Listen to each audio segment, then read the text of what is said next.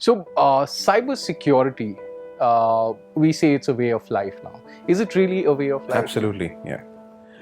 You can't, regardless of who you are, where you are, what you do, technology has gotten to you. Right. In form of a smartphone, in form of a smartwatch, in form of a smart appliance. And all these things require some amount of security to be put around it. So if you are somebody who is in touch with technology directly or indirectly, you are in need of cybersecurity. True. I think even people, I mean, even a farmer for that matter, is in touch with technology. Absolutely. Right. I might think that I am not related to technology. I don't do online transactions. I don't use a mobile app, but the bank where I put my money is relying on technology. True. So if that bank does not implement right cybersecurity solutions, my money could be gone in a blink of an eye. So, like it or not, technology, you are affected by technology, and every technology could be affected by a cybersecurity incident. So. True. So what kind of cybersecurity solutions do clients come to Arcon for? Very good question. So I think industries across the world, a privileged access management solution currently would be put in the niche category, because not a lot of, unlike a DLP, everybody knows about a DLP solution. Everybody understands that you have to have DLP. You can't let people walk away with your information, your intellectual property. Everybody understands about firewalls, because you don't want to let people in. Not everybody has yet understood the importance of securing privileged access. The statement that I made, who watches the watchman? Not everybody has gotten to a stage in their cybersecurity journey. And again, everybody has to look at cybersecurity as a journey. It's not something which it's not a tool that you buy and that's the end of it. It's a journey. You would gradually understand what tools are important for you. So organizations who have taken that journey up, who are constantly thriving to fix their cybersecurity posture, these are the ones who would reach out to Arcon. People who understand the importance of securing their administrative accesses. A lot of times these could be people who render services, who offer services. So I'm a service provider. For a consumer to subscribe to my service, they would want to understand how secure are my services.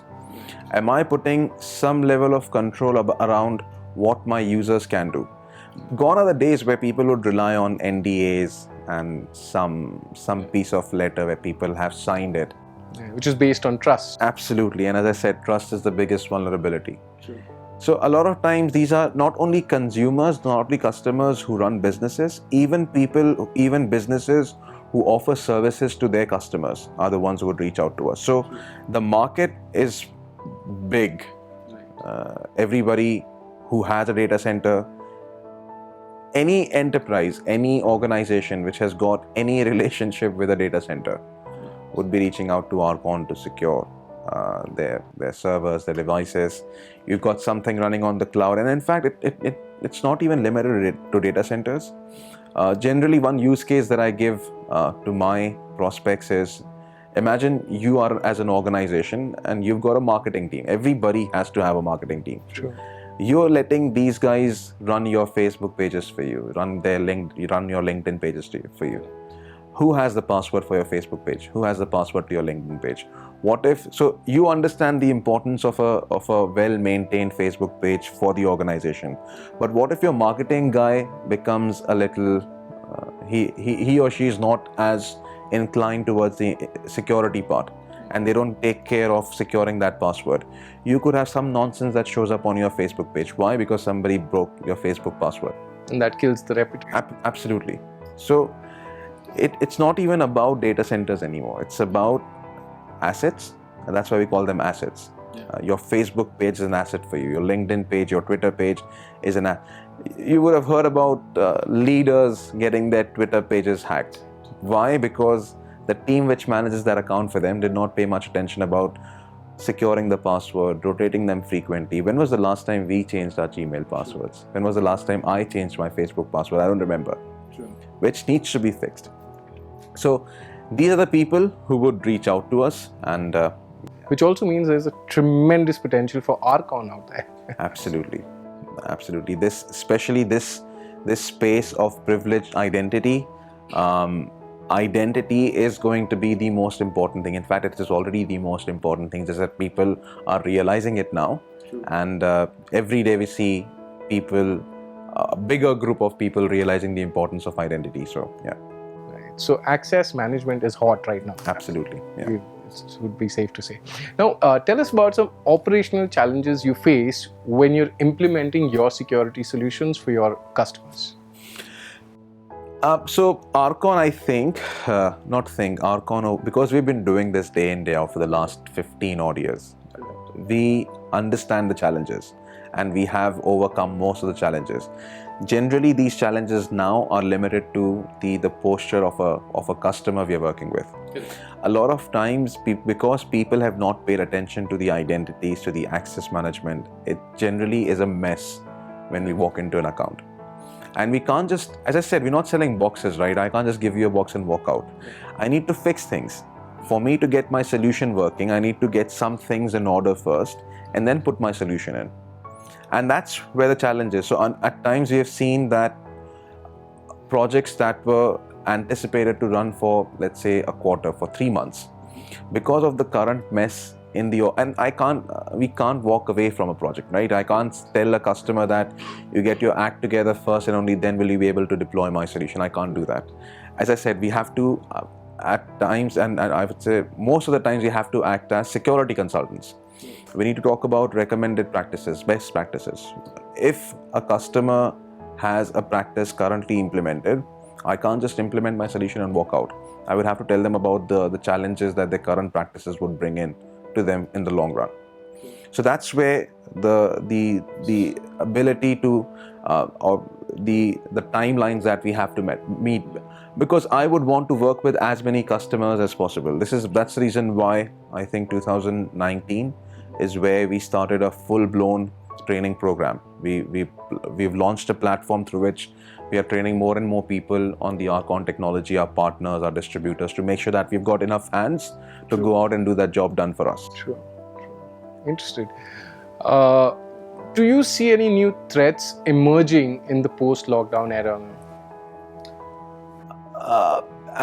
There are threats. A lot of people, a lot of organizations had to open up accesses to their data centers, to their infrastructure, which otherwise was only behind closed doors. So this definitely is there definitely is this threat of letting people work remotely. Have you made sure that you've got all your sites covered? You may have just looked at one aspect of it. So this allowing people to work remotely has opened up new windows of opportunities for infiltrators to try and break in.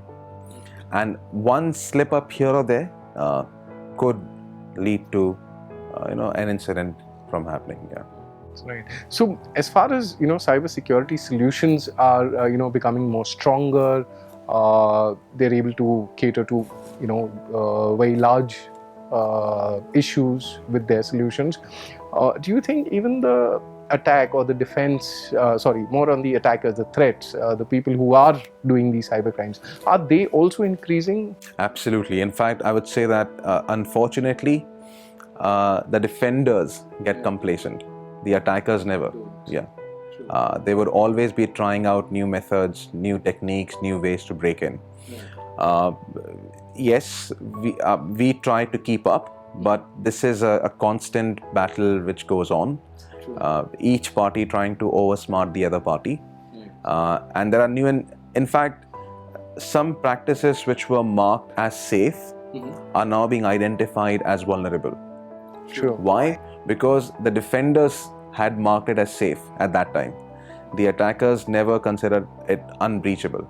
They continued trying to find out ways through which we read about the IEEE, the Wi-Fi communication channel, which could easily be, because of one vulnerability that exists there, any communication could be snooped into. I mean, you could jump into any conversation that happens using that Wi-Fi signal.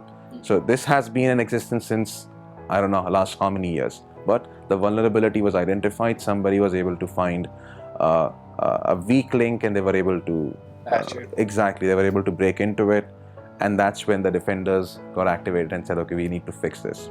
So if the attackers, if the defenders are upping their game, even the attackers are upping the game. Absolutely. Right. Okay, and I think that's how it's going to be anyways. Indeed. True. So what do you think, what kind of organizations are most affected by cybercrime? There is anybody can get affected. The aftermath of a cyber security event could be financial, it could be reputational, depends upon the business you're in. But majorly what we have seen is, because as I said, money continues to be the number one influencer. Right. Attackers usually go after financial institutions a lot. Now, because the dynamics of the world are changing, the world is changing, right? A lot of you would have heard about political events being manipulated. Yes, yeah. That's another thing which is on the rise. We've heard about how one country tries to manipulate the results for another country. So that's another thing which is on the rise. So from where I sit, if I look at it, I think financial institutions and government bodies are typically the most vulnerable parties here. Okay. Well, great. Thanks, Yahya. I think whatever you've shared will definitely give a lot of insights to our audience out there. Thank you. Thank you so much for having me. Appreciate it.